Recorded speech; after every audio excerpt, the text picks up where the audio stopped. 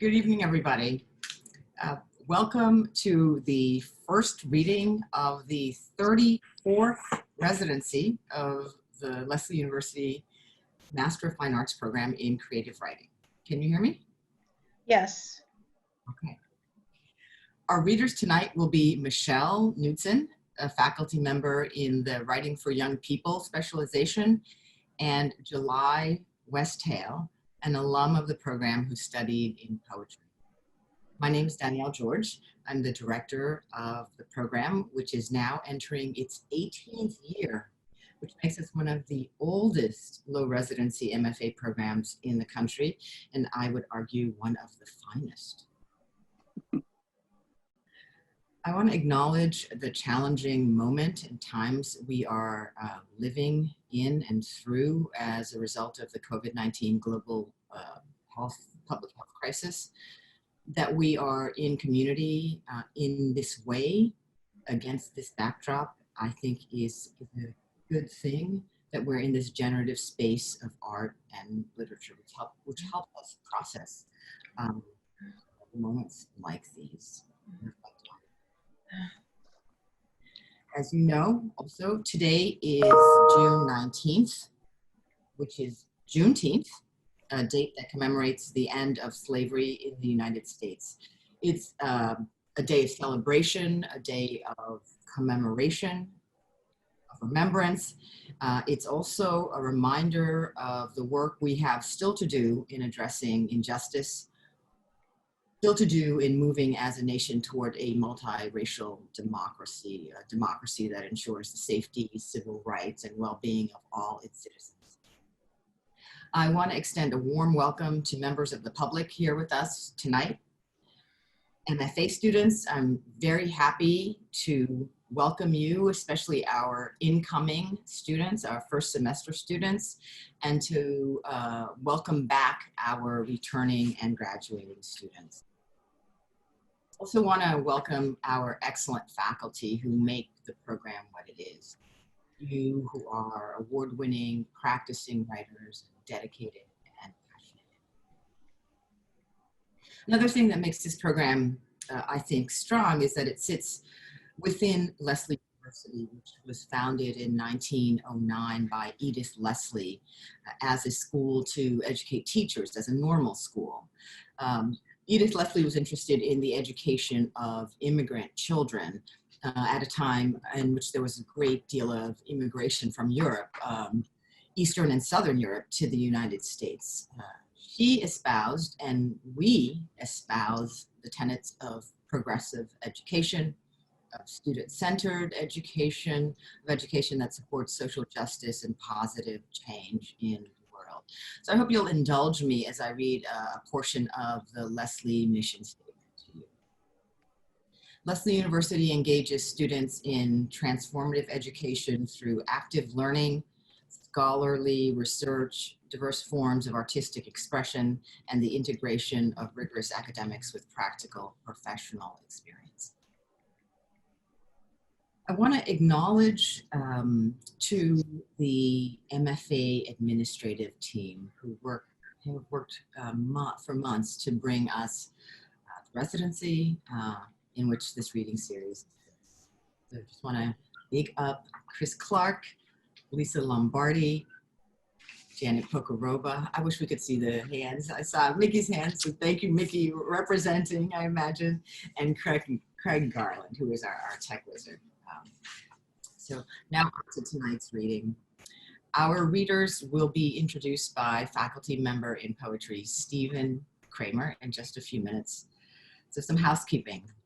Be aware that tonight's reading is being recorded, as all readings in the series will be. We will be having readings beginning tonight through Friday, with the exception of Tuesday night. We already addressed the muting, the turning off of the videos. You should know too that we're trying a new format in our reading. Typically we would have a first reader and then a second reader, and then we would retire to a reception. This time we're going to have a first reader, a second reader, and ideally a conversation between the two readers, and I will drop a question in if need be. I will sort of descend like the Deus ex machina into the situation. And then if we have time at the end of that conversation, we'll open up things to the audience for Q&A, and we'll do that through the chat. Craig will open up the chat after, if we have time after the conversation with the two speakers. Readers, both tonight and during the faculty reading series in the week, you have 20 minutes. We always have to say this. You have 20 minutes. Now, should you go beyond 20 minutes, should you move into the 25 or 27 minute space, there is this extraordinary function in Zoom called the mute function, the mute button, and I won't hit it. Craig will hit it, right? Right, Craig? We don't know, but something will happen. And so that's the time window. And now I would like to invite to the stage Professor Stephen Kramer, who will introduce.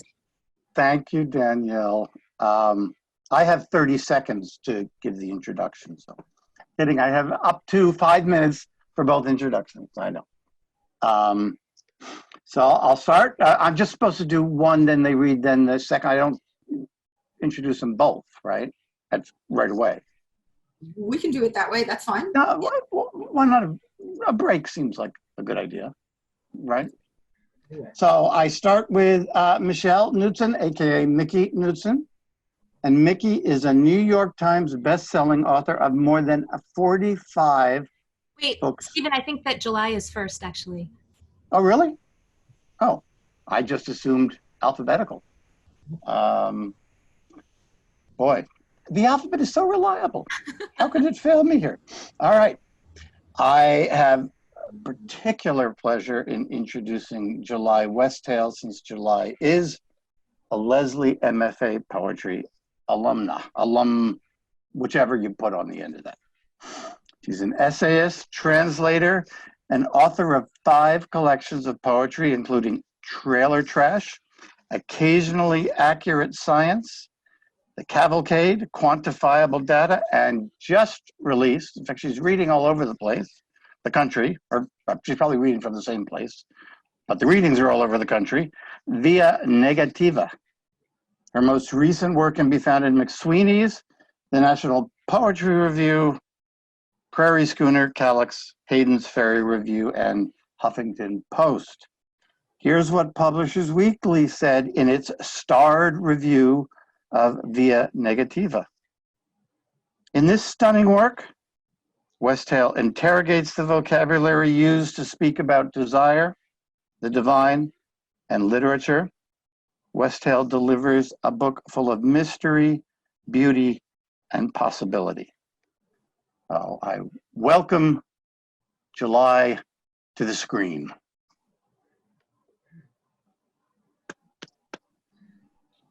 Hello, everyone. Thank you so much for inviting me to read, and for everyone for being here. It's quite a dream to be reading at Lesley. I wish it was in person, but I have to say that Zoom readings have been one of the major joys of the pandemic, and getting to see so many people at once. So as Danielle pointed out in the introduction, I want to acknowledge the fact that we are in a time where we need poetry and literature more than ever, but it's not business as usual, and it's really strange to be promoting a book in this moment. So I would be remiss if I didn't acknowledge the fact that I owe a great debt to the labor and brilliance of many writers of color, and in particular Black poets. So I want to start off by reading a poem by one such poet, which is Carl Phillips. This poem is called Custom. There is a difference it used to make, seeing 3 swans in this versus 4 in that quadrant of sky. I am not imagining. It was very large, as its effects were. Declarations of war, the timing fixed upon for a sea departure, or about love, a sudden decision not to to pretend instead to a kind of choice. It was dramatic, as it should be. Without drama, what is ritual? I look for omens everywhere, because they are everywhere to be found. They come to me like strays, like the damaged, something that could know better and should, therefore, but does not. A form of faith, you said. I call it sacrifice, an instinct for it, or a habit at first that becomes required. The way art can become, eventually, all we have of what was true. You shouldn't look at me like that. Like one of those saints on whom the birds once settled freely. Of course, then I set myself up to read after Carl Phillips, which is a rough thing to follow, but there you have it. I'm sure nobody is surprised to hear that I'll be reading from Via Negativa. This is not the cover. This is an advanced reader's copy, but a little bit about the collection. If you don't know, the concept of Via Negativa is describing something by describing what it is not. And this is often applied to things like divinity or an idea of God, but I think it's very applicable to concepts of ars poetica or concepts of wanting. So you'll notice that there are a fair number of poems that have the same title in this collection, Via Negativa and Ars Poetica. And I'm going to start with the first poem in the book, which is called Via Negativa.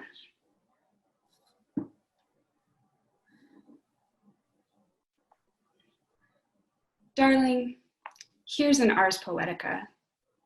Translate this moan, translate an ellipses-sized space as punctuation. Oh, but you're a good girl, wanting body language all big, all engorged, all surrendering. Are you close, angel?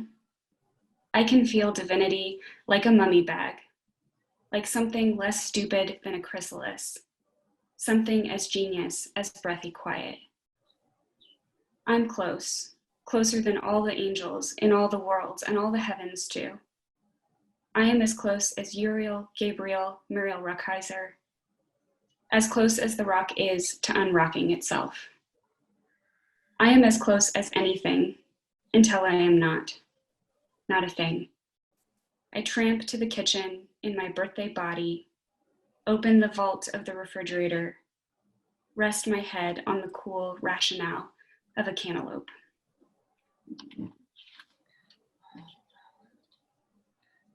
Via Negativa. Broken like a double yolk in a skillet, I have found vision, O Lord. I, your weary chef, coming off the graveyard shift. The diner neon and palpitating. Plastic flowers in their vinyl booths bring to me the most acute sense of jealousy, jaundiced eye, and I am paralyzed by my own flesh failings. They'll never perish, but move from bakelite vase to sodden gravesite. How arduous and changing is bereavement, I cannot know. I first fell in love with poetry when I was 14, and I had read Frank O'Hara's Having a Coke with You, which I still maintain is one of the best love poems of all time. And one thing I really appreciate is that he's was very earnest, and used sheer gravy in his poems quite a lot as an expression. So this is a poem called Sheer Gravy, and it's with thanks to Frank O'Hara. Adjust the bunny ears so the television tells a tale with a female lead. The weather girl, she shimmies, she shakes, she's entered with bossa nova. She's young and thin and blank and blankly. She shoots tequila with a man in Jimmy Buffett florals. She's got that out-of-stock orange in Mac's Lady Danger. She's mouthing off, ordinarily I wouldn't, and the world finishes her sentence. I can't blame the weather girl the weather, and instead, suppose that every chance she gets, she beckons. Ordinarily, I wouldn't, but since it's just us girls. The sportscaster is always belligerent, drunk on stats. The news is always drunk on women, always relieved at men, those tall drinks of water. We cannot report sans reproach. Current climate, the political landscape, masculinity a flyover state, and great God, isn't it good that we're making America, America? I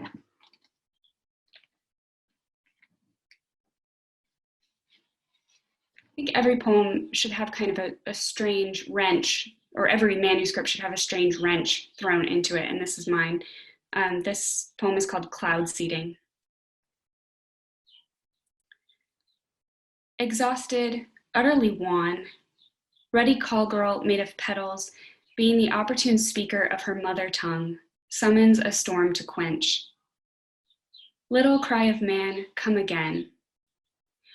Ruddy call girl made of petals, stomped, damned, now a languid and unintelligent monastery, summons a storm to quench. Little cry of man, come again. Exquisite Bible figurines with upturned palms, with prostrate sinews and smiles and psalms, a vow of silence but a throat of song. Little cry of man, come again. She tries learning, practicing pure exterior, a shell, whimpering gasps, groveling in past alms, a mass of figurines in shards, split American Gothic asps and into storms, come again.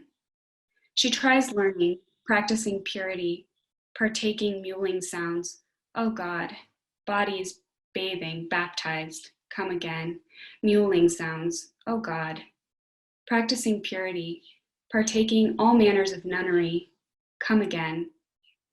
Holy full figurine, yearn after yearn, in a sealed habit, losing the ghost, giving it. Little cry of man, struggling the storm, little lapping tongues, little speaking tongues. Year after year, sealed, ruddy call girl made of petals, struggles with sorcery, with storms. There are many ways to be a nun, to unacknowledge a self in spades, glint and flint stripped away until she reckons, come again. Little Hail Mary, little steeple people, little Ave Maria singing, come again. Oh God, oh loose end, oh abbreviation, and those pregnant clouds, storm coming and coming. I think it's terrible to date if you're a poet because there's a lot of pressure on you to eloquently talk about feelings and such. This poem came out of an attempt, sort of a self-effacing attempt to talk about trying that feeling of having a huge crush on someone. And it's called Plus and Minus. I'll apologize now if it's not untoward, but I would like to say on an afternoon like this that you are perfect in a way obscurity never made you. It's just that in this day and age, it is a mark against to talk about light, what it is and what it is not, but please, California has been in drought so very long, like us, which should in no way be taken except to take it as a lack, and now it is not. It is just that you may mistake this and think I am looking to make a point about you personally or your personage, a point that is really a never-ending line, which is a circle. Admittedly, that is an odd way to phrase it, plus and minus, to cut out all that it isn't and give you nothing or everything else. Take this sorry mouth as a negative space of infinites. Forgive me this afternoon.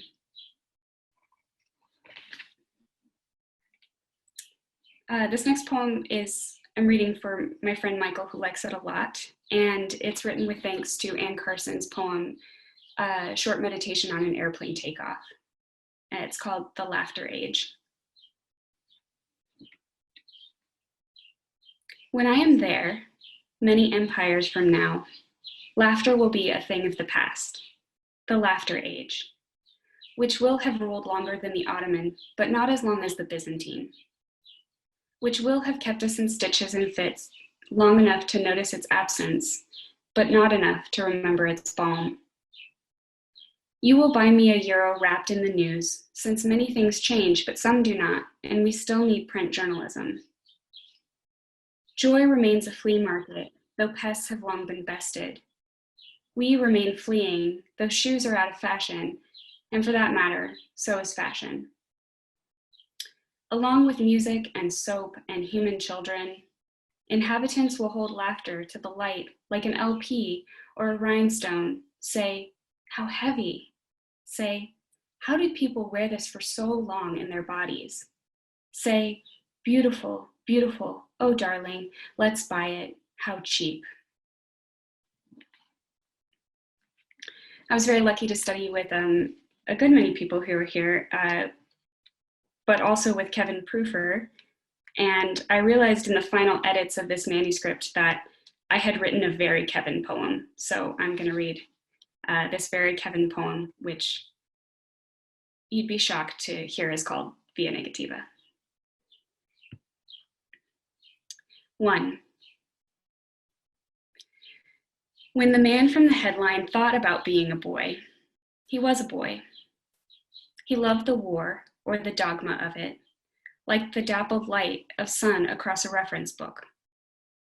To prove himself, he married a woman with history, with children. 2 boys, who in turn loved war stories, but before he knew them. Once upon a time, they were bantam children with bendable bodies and brains like open atlases. 2. His wife left no note, just her boys, just a poem. Something, something, something, season shifting, something, something. He had read so much of her poetry, he knew when burning animals were real and when they weren't. 3. He made a rue the day he killed them, fastening the flower so it whispered as he whisked. Sun sliced the blinds like smiling clementines, and the skin of onions grinned at the ceiling fan, which said, don't, don't, don't, until he made the older boy flip the switch. He lined them up before the floral wallpaper, the grand jury of botany doing its thing, and like love, the gun bloomed. 1, 2, 3. And I'm going to end with the very last poem in the book, which is, like many of the poems in the book, called Ars Poetica.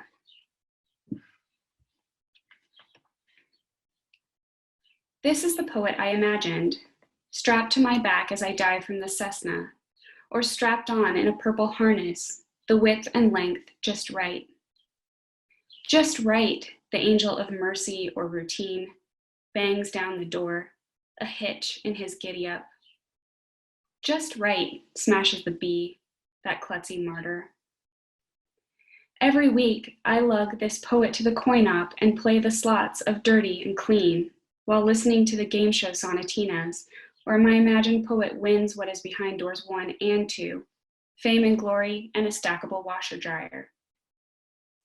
The poet ascends marvelously to Devil's Peak and yells, Geronimo! The poet is naked in Dead Man's Gulch and only lolls about in love under doting stars on Heavenly Mountain once or twice a lifetime, and is sure to spare the reader after book 2. In a bind, the poet always unshackles, bakes a file into a cake, knows a thing or two about strip teasing. The poet has down pat a clove hitch, a prusik, and a good slip knot. Always on speed dial, he'll show up in a Miata with the roof down, say, get in, loser, we're going out on the piss, and have you met my very single friend? With a nudge to the breast of a beautiful stranger. When I grow old, as old I'll grow, the poet furnishes an amuse-bouche of death knells, fear not, and it will be kind, and keeps me from narrow-like claims of the world's losses. He will take my hand beatifically, like a lamb or a gavel, and lead me to the grand laundromat of souls, and with precise timing, take his leave of me. Thank you.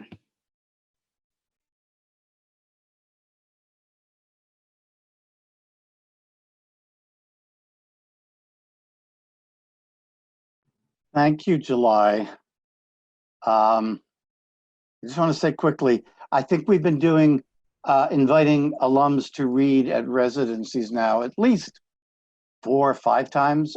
So my colleagues in other genres, I'm sure, have had the thought that I've had hearing July read, which is, damn, we graduate good poets.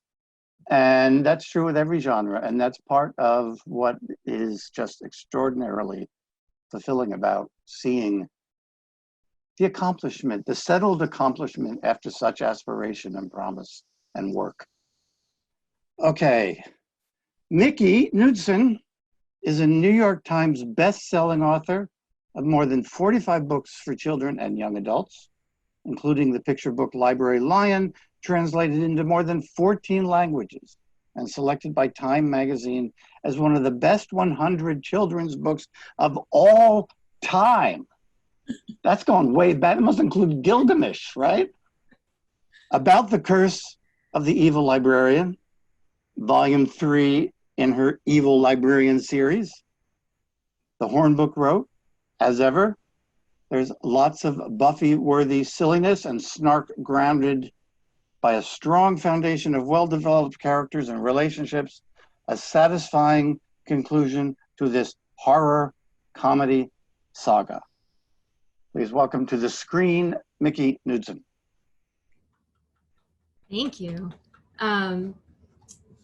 Okay, I timed this. It should be good. I'm gonna read from 2 different things, mostly one thing, and then a little bit of another thing. The first thing is a short story that I wrote a while ago. It's in an anthology called I Fooled You. And it was a fun anthology to be a part of because the only direction we were given, other than the age range, which is it's middle grade readers, was that the words I fooled you have to appear somewhere in the story. And that is all. So all the stories are wildly different. It was really fun. And this one is mine. Prince Everett was a very, very, very important person. At least he thought so. And since his opinion was the only one he actually cared about, that was all that mattered. He was on a very important journey. Of course, any journey he was on would automatically be important just because it involved him, but this one was especially important. He was on his way to Hylandsville. There was some sort of situation going on there. A dragon, a princess, something about a rescue and reward. He was a little fuzzy on the details, but it was just the kind of thing that could earn him fame and fortune and a well-deserved place in the history books. Then everyone would know exactly how important he really was. Right now, people didn't really seem to get it. Take the innkeeper from last night, for example. He had simply refused to understand that Everett could not be expected to sleep in the loft above the stables. And it wasn't the first time that had happened. Perhaps you might say innkeepers were, as a rule, just a bit thick-headed. But no, Everett had suffered a distressing lack of respect from several people he had met since beginning this adventure. Nearly everyone, in fact. Especially the innkeeper's wife, who had demanded their horses as payment after that little accident with the fire and the venison stew. But no matter. Once Everett completed his journey to Hylandsville and did the thing, rescued the dragon and slew the princess or whatever, everything would be different. Right, Otto? He asked. Otto was the swordsman he'd brought along to handle any actual fighting that might occur. Everett was far too important to deal with that sort of thing himself, of course. What's right, boss? Asked Otto. Everett sighed. Can't you just agree? If I say something's right, it's right. When I say, right, Otto, you just say, right, boss. Is that so difficult? But how can I say right if I don't know what I'm saying right to? Everett shook his head. Never mind, Otto. Let's just keep walking. After a minute, Otto said, I wish we still had our horses. That afternoon, they came to a high bridge across a wide river. Finally, said Everett, the bridge to Hylandsville. They started across, Otto peering nervously down at the rushing water far below. Suddenly, a medium-sized but enormously ugly creature swung up from under the bridge and planted itself firmly in the center, blocking the way. "Toll, please," it said. "Toll?" said Everett. "What toll?" "Bridge toll," said the creature. "That's preposterous," said Everett. "I'm not paying any toll. Get out of my way. It's very important that I get to Highlandsville at once." Boss," began Otto. "I don't think you should," but Everett wasn't listening. He strode forward, intending to brush right past the creature without a second glance. Before he had taken 2 steps, however, the creature began to grow. It expanded to fill the entire width of the bridge and then some, its lumpy skin spilling out over the railing and its now giant head looming up high above even Otto, who was generally considered rather tall. "Toll, please," it boomed down at them, frowning malevolently. "Gah," said Everett, staring up in dismay. He felt Otto's beefy finger tap him on the shoulder. "Boss," said Otto softly, "I don't think we should try to cross without paying the toll." "Gah," said Everett, nodding. Together they backed slowly off the bridge. The creature shrank abruptly down to its former, less threatening size and sat in the middle of the bridge, waiting. After a minute, when his heart was no longer beating quite so fast, Everett took a step forward. "Now look here, you," he began. "Toll, please," said the creature. Yes, all right. What is this toll?" Everett asked. "3 things," said the creature. Everett waited. "Did you have some particular things in mind," he asked finally, "or just any 3 things?" The creature narrowed its eyes at him briefly. Then it said, "These 3 things. A pretty red flower whose leaves won't bend, a 12-line poem by your own hand penned, and a furry brown puppy to be my little friend." There was a brief, uncomfortable silence. "Seriously?" Everett asked. "That's the toll?" The creature nodded. Everett sighed. "Look, you, troll," said the creature. "Toll troll."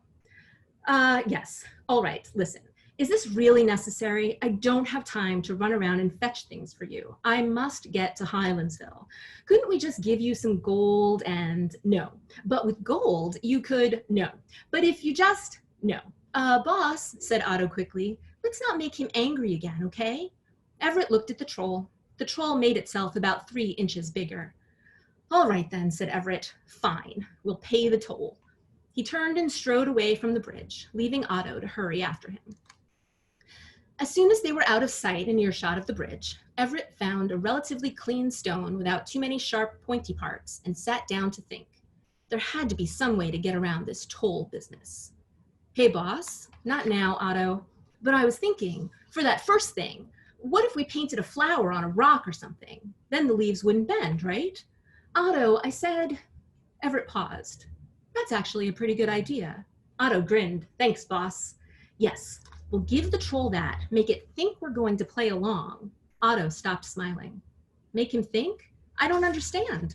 Those other troll things aren't so hard to get. Why don't we just give him what he wants? Because it's ridiculous. I'm not running around on the whim of some deluded creature who thinks it owns the bridge. We have important things to do. Otto frowned, but it would probably just be quicker. Everett reached into his pocket and brought out some of their little remaining gold. Here, go and get some paint and do your rock idea. I need to think. Okay, boss. Otto took the gold and tramped off toward the last town they'd passed through. Everett nodded to himself. It was going to be fine. This was just a little obstacle, nothing he couldn't handle. He could think of it as a warm-up for the main event. First a troll, then a dragon, or a princess, or whatever. It made total sense. Otto returned in about an hour, carrying a large sack. He placed it on the ground and removed some red and green paint and a little brush. Then he took out some paper and ink and a quill. I got you some paper for the poem, he said. Did you think of something good to write? I'm not going to write a poem, Everett said. You'll see. It will be fine. Paint your rock. Otto found a small flat rock and painted a surprisingly lovely red flower on its surface. Everett took a nap while Otto worked. As soon as the paint was dry, they headed back toward the bridge. Just keep quiet and follow my lead, Everett whispered. Okay, boss, said Otto unhappily. Troll, Everett called. We have your items. The troll bounded into view from under the bridge. Toll, please? It asked hopefully. Yes, the toll. Here's the flower first. He walked forward and placed the stone on the bridge surface, then quickly backed away. The troll bounced forward and snatched up the rock, peering at it skeptically. Then suddenly it grinned. "Leaves won't bend," it exclaimed. Otto beamed. "Yes, you see, we're doing as you asked," Everett said. "Now let us cross and we'll give you the other items on the far side." The troll stopped grinning. "Pay toll first," it said. But the troll frowned and started to grow. "Toll, please." "Boss," said Otto urgently. They backed away again. "All right, fine," Everett said. "Wait there. We'll be right back." They walked back to where they'd left the supplies.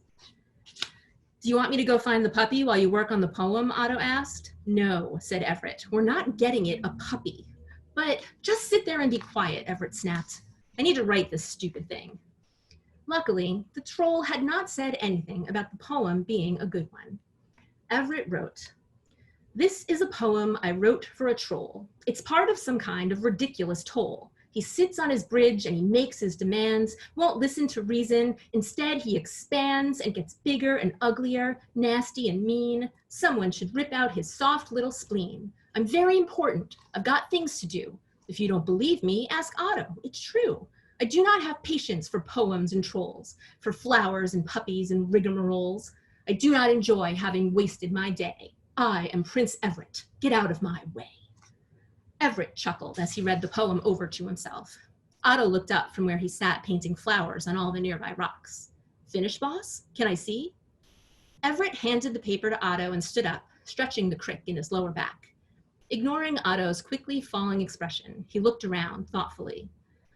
Boss, do you really think this is, quiet? I'm trying to think," Everett said. He was not going to get a puppy for that creature. How could he trick the troll into thinking he was giving it a puppy without actually doing so? His eye fell on the sack Otto had carried the supplies in.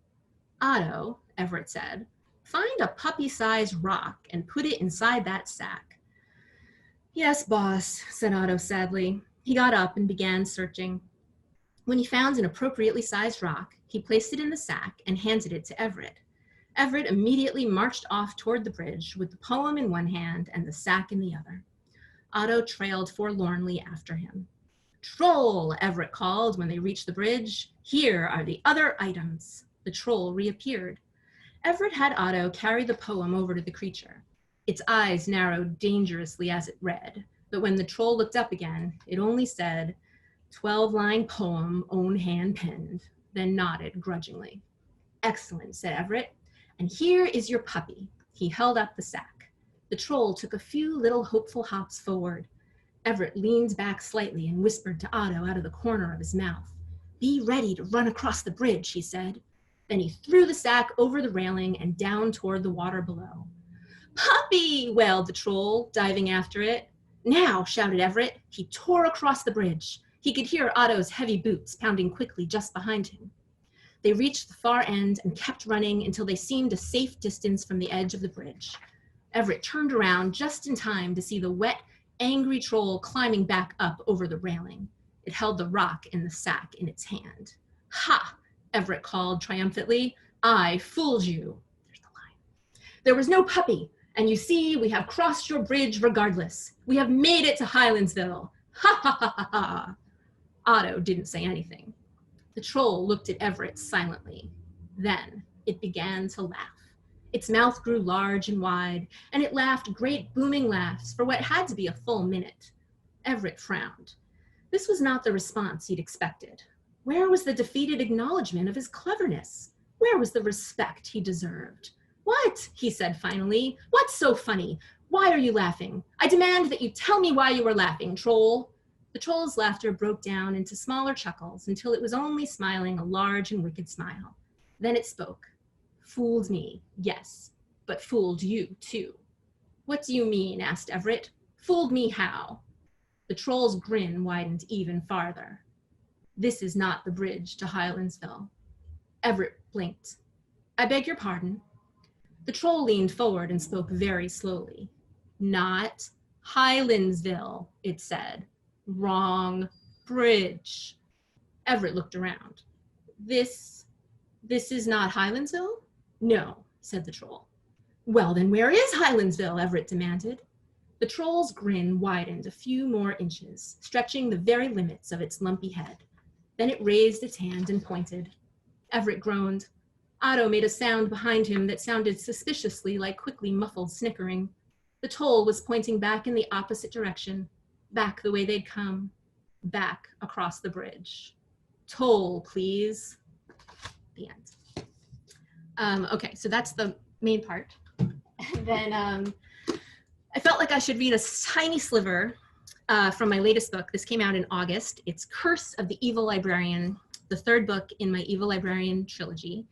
And I won't try to sum up 2 books worth of stuff, but the main thrust of the story, with only minor spoilers, is that the new high school librarian in the first book, Mr. Gabriel, turns out to be an evil demon who's just pretending to be a high school librarian so he can suck out the souls of all the children and do lots of other bad things.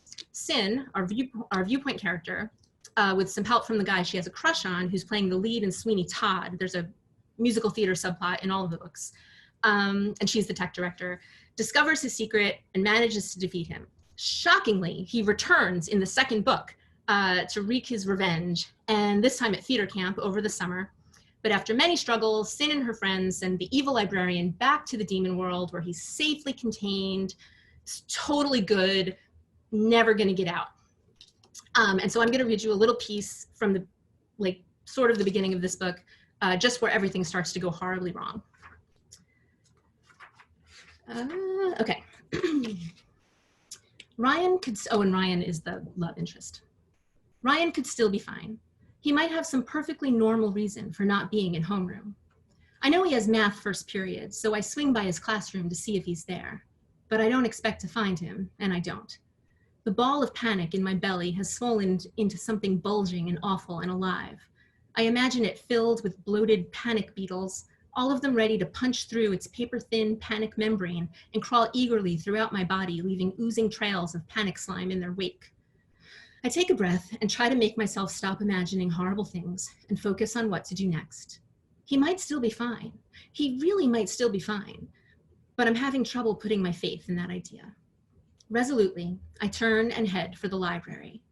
At the end of the summer, mostly as a joke, or at least slightly as a joke, or maybe not as a joke at all, but only our desperate attempt to reclaim some sense of sanity and control, we agreed to make the school library the rendezvous point if there was ever an in-school emergency of the demon-related variety. It seemed both easy to remember and perfectly safe, since the new librarian who took over after Mr. Gabriel left transferred from another school and has a legitimate personal life and work history we checked, and is absolutely not a demon. Entering the library still gives me the creeps, though. I force myself to walk calmly through the doors so as not to alarm Mrs. Davenport, Mr. Gabriel's human successor, but I needn't have worried. She's apparently busy with something elsewhere. One of her library monitors is sitting at the circulation desk. He gives me a cursory glance and then goes back to reading whatever book he's got open in front of him. I have to admit that Mr. Gabriel ran a far tighter ship when he was the librarian, but the monitor's lack of interest in library visitors suits me just fine at the moment, and I start walking between the bookshelves looking for Ryan. I find him sitting in one of the reading chairs at the very back. I enjoy 1 nanosecond of relief that he's here, but I know better than to relax. The panic beetles are tracing complex lines and figures somewhere in my abdomen now. I feel them readying themselves for the moment when the panic is fully unleashed. They seem to sense it will be very soon. Ryan? I ask softly. He is sitting very still. He doesn't look up when I speak. He is holding his left hand in his right, palm up, and seems very engrossed by whatever he sees there. I walk over and kneel beside his chair. He closes his hand into a fist before I can get a look at it. I was hoping you'd think to come here, he says. He's still not looking at me. Ryan, what happened? Did you see Aaron? Maybe Aaron went to find Ryan after I ran away from him in the stairway. That's a thing that could have happened. It would explain why Ryan decided to come here, how he knew there was an emergency, but not so much the thing with his hand. Aaron? No, I saw Mr. Gabriel. The panic beetles rejoice. I swallow hard and try not to let them out. You saw him? He was here? Not here exactly. He shakes his head. I'm not sure. I was about to go into homeroom and then I remembered I'd left my math textbook in my locker. So I went back, but when I opened it, it wasn't my locker inside. It was It was like that scene in the original Ghostbusters when Sigourney Weaver opens the fridge and instead of milk and salami in there, it's the gatekeeper and the keymaster prancing around. Only in this case, it was Mr. Gabriel. He pauses, then adds, he wasn't prancing around though. He was just standing there, like he'd been waiting for me. I want to reach over and make him open his hand, but I'm afraid to move. What did he do? He laughed mostly. He was kind of blurry, but I could hear him laughing. And then he stopped laughing, and he reached out of the locker and did something. I swallow again. It feels like the beetles are crawling up my throat now. Ryan, please let me see your hand. Both of his hands clench tighter for a second, and then he opens his left hand and shows it to me. There's an angry red welt in the center of his palm. It's about the size of a quarter, but with rough, uneven edges, and the skin there looks raw and delicate and painful. The color is dark and crimson and terrifying. It's kind of pulsing, he says. What do you think it is? I'm gonna stop there. Thank you. Oh my. What do you think it is? Okay, we have to get the book to find out what is happening. Okay, the host has asked you to start your video. Start my video. So thank you, Mickey, for these gripping short stories. You know, which I want to go and read in their entirety. I really appreciate what you're doing with dialogue, which I think is really wonderful, and how you allow us to get a sense of the characters through their voices. I think the element of voice is something that I'm responding to in your work. So thank you for that. And July, there's some really wonderful tension I'm finding that exists in your poems. And I really appreciate what you're doing in defamiliarizing language. I mean, I know poets do that, but I think you do that to the nth degree. And then you go back for cliches and you reconfigure them. A hitch in his giddy up. I really, really appreciate that. So thank you both for your readings this evening. So I have a question for you both, for you each. The first question has to do with your choices of genre. So for you, July, why poetry? Mickey, for you, why fiction? Although there is a poem embedded in that first one. And July, I know that you engage in other genres as well. I know you to be a translator. So what does poetry do for you that perhaps another genre doesn't do? Mickey, what does fiction do for you in the particular area that you're working in that another space or genre might not do for you? Are there ideas that find expression only in X way? So, bunch of questions for you. Thank you for that question. Mary Carr usually says it best with a lot of vernacular. And she said something to the effect in a Poetry Foundation's lecture about how poetry, the reason people dislike it so much is that it requires absolute presence and that fiction can allow you to get taken into another world. I have found that to be personally pretty true.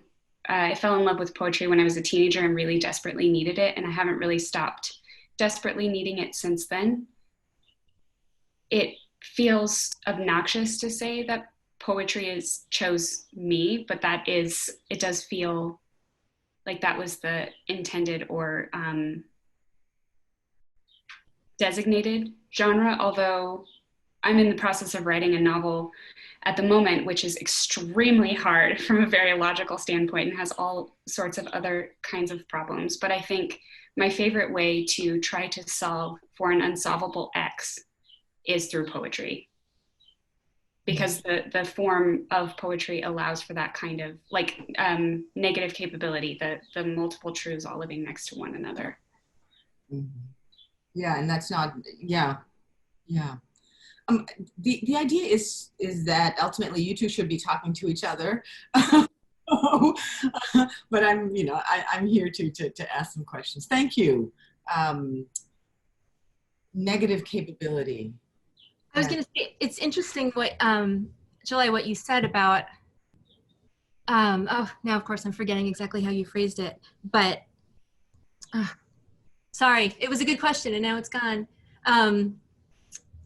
Never mind, go. I'll see if I remember it, but go ahead, Danielle. So yeah, so the question is to you, Mickey. Why work in the area in which you work, in the genre space in which you I mean, I was thinking about it since you asked that question, but I don't know. I mean, it's probably very similar that the form I fell in love with first. Although before I wrote fiction, I wrote poetry. I mean, when I was very small, I wrote terrible poetry. And that was my first experience of writing, but the thing that brought me into literature was novels. And so that was always, when I knew I wanted to be a writer, that was always where my focus was. Although the writing for children was sort of like a surprise twist in my writing career. But I think, although I do also write nonfiction a little bit. My next book that's coming out is actually a biography.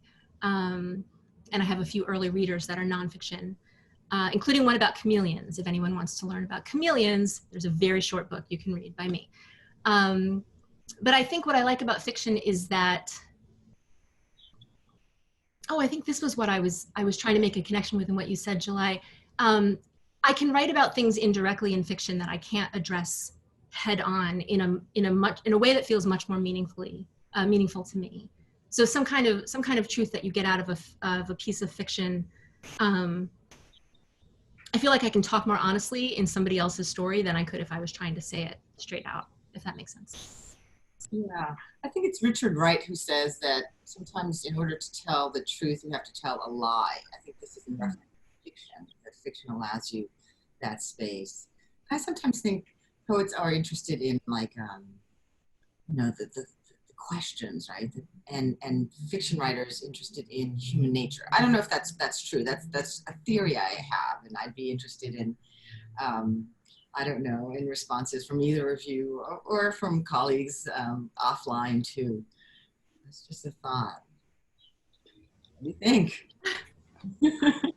That's such a big question. I think we could probably spend about 10 years trying to figure this out, right? What sort of emotive landscape occupies each genre. But a question I had for you, Mickey, to that effect was that I had read that you had started out in poetry, that your first writing was in poetry, and then you sort of fell into writing for children.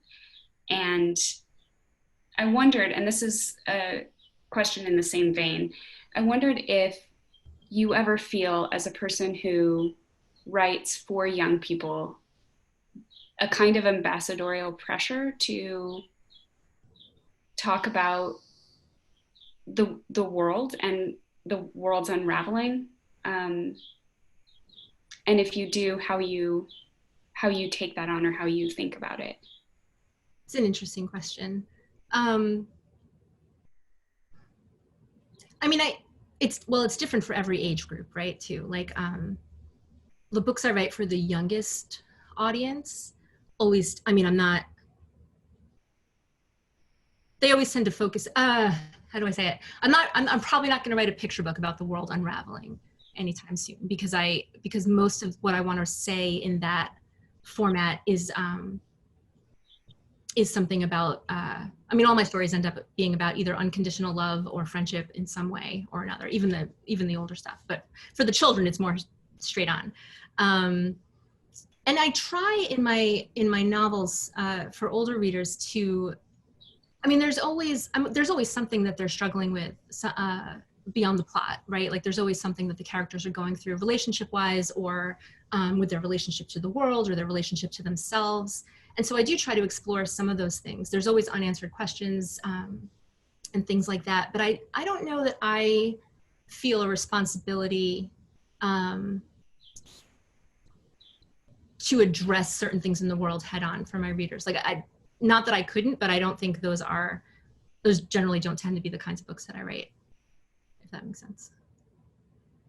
I have a question for you that's sort of a divergence, but I'm wondering about what's on the wall behind you. Is this like work in process? Like, is this part of, yes. Yeah, I've been working off and on also with Hester, who is here. And I'm in a 2-year novel writing intensive group.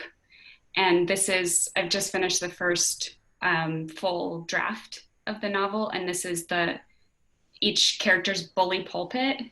Okay.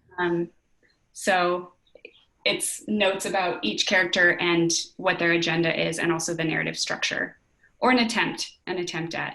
And then there was a book launch on Monday for Via Negativa. So I have balloons on the floor too. And also a little hat. So it's very festive when Zoom becomes your everything. Yes. Nice. I have a question for you, and then I think we'll take questions from the audience in the chat. Here's the question: what should a good piece of literature do for us, for the reader?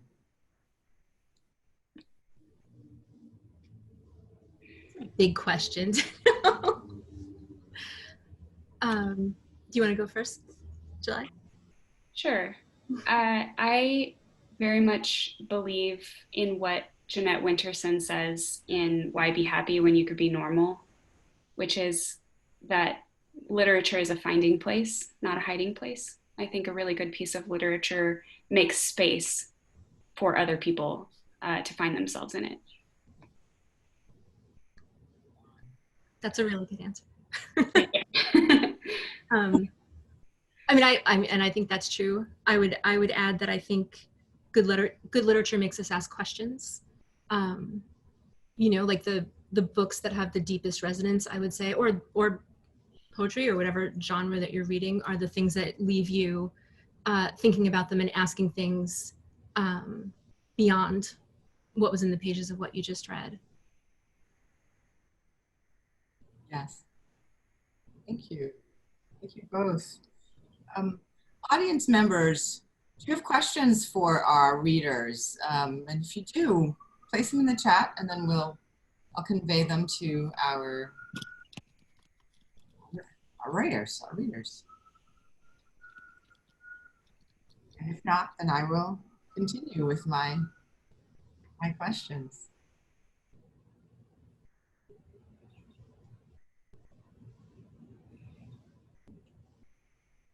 I have a question for Mickey. All right, go ahead. It's about the first novel excerpt you read, the one with the troll. Mm-hmm. So was Hylandsville actually on the side they were originally on, or was the troll just trolling them? That's a great question.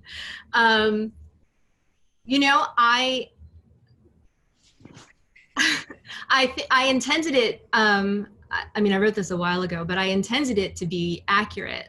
Like, he knew they were trying to get to Hylandsville from the beginning and never revealed that it was the wrong bridge until he was over it. But that would have actually been an even better trick, and not beyond him. And Everett would have deserved it. So it's, I would say that's maybe possible. That's maybe possible. I don't know everything that the troll knows. All right, cool. Thank you. I have a question from the chat from Cassie Stossel. How are you finding ways to be creative during these times? For both of you. Oh, what a great question. I've been teaching a lot of workshops on existential anxiety and writing. And what I've found to be really helpful is to read the work of people who were also living in really chaotic and terrible and wonderful times too, and seeing the way that they managed to continue to write. So the Russian poets are always great for that. But also I have a very, very particular not proclivity, but fondness for the poetry that came out of the AIDS crisis. So I found a lot of solace in reading the work of other people who have faced unimaginable things. Also, I'm an embroiderist, so very, very small, repetitive movements that are creative really go a long way in helping to cross-train for writing too, if that's believable. I would say that the thing that's helped me most has been leaning on other creative people. There's a group that from when I went, my grad school group from when I went to school and got my MFA, who we have a retreat every year together, and somebody has a Zoom room that's just open, and we meet there in the morning sometimes for writing time. We do Pomodoros, if you guys all know what those are, where you set a timer and you write for 25 minutes, and then you take a break, and then you write for 25 minutes. So you can show up and be in the room and you see everybody writing, and we're very good. We don't talk, we just do our work. And then someone says the timer's up, and then we chat and check in and see how everyone's doing. And then we start another timer and go back to work. And so that, that feeling of just being around other people who are trying to be creative and doing it sort of together separately has been really helpful for me. It's like pretty much the only writing I've gotten done lately has been in that little group. A question for July from the chat from Tracy Baptiste. July, you wrote a poem in Kevin's style. What's it like to try on someone's style? I mean, for me, that was the MFA experience, right? I still remember the first day at Lesley when Stephen said, these next 2 years are not about you finding a voice. They're about you trying on lots and lots of different voices. I think that there was a lot of permission given in my studies with Kevin and Sharon around what it is possible to write about, that poetry doesn't have to be a specific kind of thing. And that poem was based off of a news story and a coworker who had killed his children and then killed himself, which was horrifying. And my first thought was, I wonder what this man was thinking, like what caused him to do such a terrible thing. And then my next thought was, I should write something from his perspective, which I recognized as a sort of disembodied, maybe possessed moment of not my own thinking, but realizing that that would be something that Kevin would do, right? That Kevin would have a response to a news story in that kind of visceral way. And that was exciting because I think that there is no destination to, God, I really hope there's no destination to having arrived at some greater knowing where you know everything and you've tried all the styles. And I feel really blessed that about every 4 months I forget completely how to write a poem and then have a moment of complete panic and start all the way over again and then reach some, it's very, very cyclical. So I guess I don't know what it is specifically to try on Kevin's style, because I'm actually not entirely sure I have Kevin's style pigeonholed, but the process of trying and kind of exploding or dismantling lots of boundaries around what poetry can be, I think is a lifelong joy. Thank you. A question for you both. What gets a piece of writing going for each of you? This is from Stephen Kramer, and then I'll add to that question for July from Sharon Bryan. What was the specific trigger for Via Negativa? And she says, it's one of my all-time favorite book titles. It is a great title. So we'll start with Mickey, if you don't mind, and then we'll go to July. So what gets a piece of writing go? I mean, it's different. It's different for everything. For my, I'll just think of specific examples. For my middle grade series, it was an image. It was an image of 2 characters standing at a window. That was the first thing I had. I had no idea where that came from. and I just started asking questions about that image. I started asking questions about like who they were and why were they there and what was their relationship to each other. And the answers to those questions sort of built, like spiraled out, and the story started forming in that sort of dialogue with myself.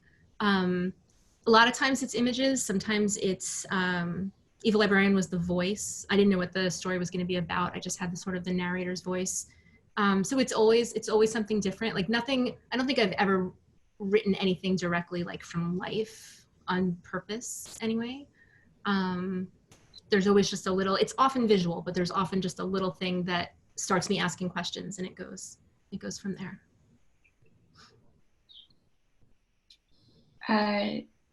I tend to have a sort of similar approach, although mine is that I never really know what it is that I'm working on until it's about 3/4 of the way through, which I think is a common experience, or I've been told it's a common experience, maybe just by people who wanted to placate me. But it, when I wrote my first collection, which is about growing up in 80s and 90s Southern California during the PG&E crisis, I thought I was writing a collection of poems about Virginia Woolf.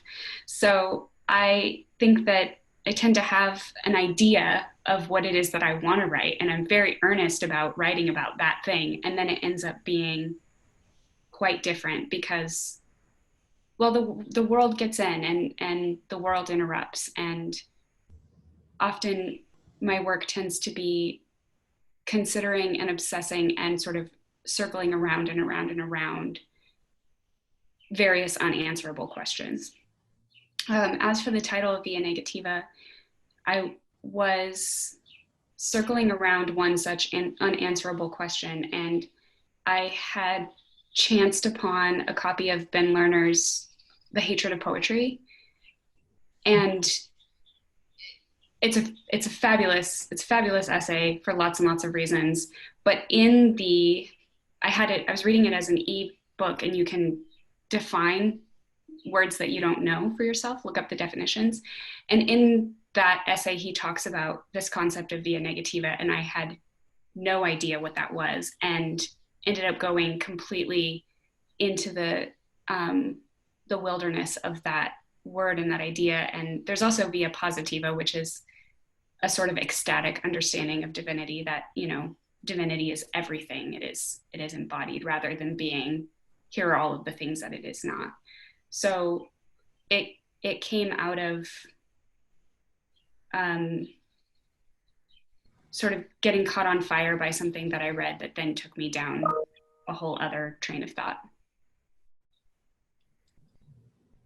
There are a couple of more questions in the chat. We're not going to be able to ask them because we have to wrap up the reading. I'm sorry, but I wonder if you send them to me. Well, I wonder if I can forward them to the readers. Readers, would you be okay with that?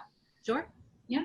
Forwarding the questions to you from China Myers and Angelo D'Amato. Thank you, China and Angelo, for your questions.